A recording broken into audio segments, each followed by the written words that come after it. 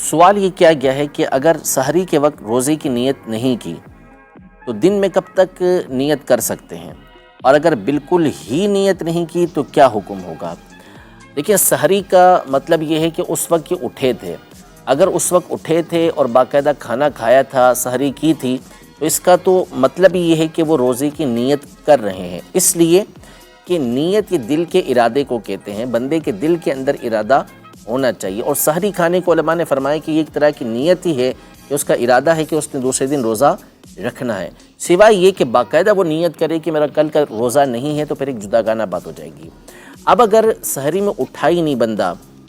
یا اٹھا لیکن اس نے سحری کی نہیں، ایسے ہی وقت گزار لیا اور نیت اس نے کی نہیں، اب اگر یہ فرض روزہ ہے جیسے رمضان کا روزہ ہوتا ہے یا نفل روزہ ہے، تو اس میں حکم یہ ہے کہ ضحوہ کبریٰ سے پہلے، جس کو ہمارے یہاں زوال کا وقت کہا جاتا ہے، اس سے پہلے اگر وہ چاہے تو نیت کر سکتا ہے، لیکن اس میں دو چیزوں کا ہونا ضروری ہے۔ نمبر ایک یہ کہ اس نے صبح صادق سے لے کر اس وقت تک کچھ کھایا پیا نہ ہو، یعنی جان بوجھ کے کچھ کھایا پیا نہ ہو، روزہ توڑنے والا کوئی کام اس نے نہ کیا ہو۔ دوسرا یہ کہ وہ نیت یہ کرے گا کہ میں صبح سے روزے سے ہوں،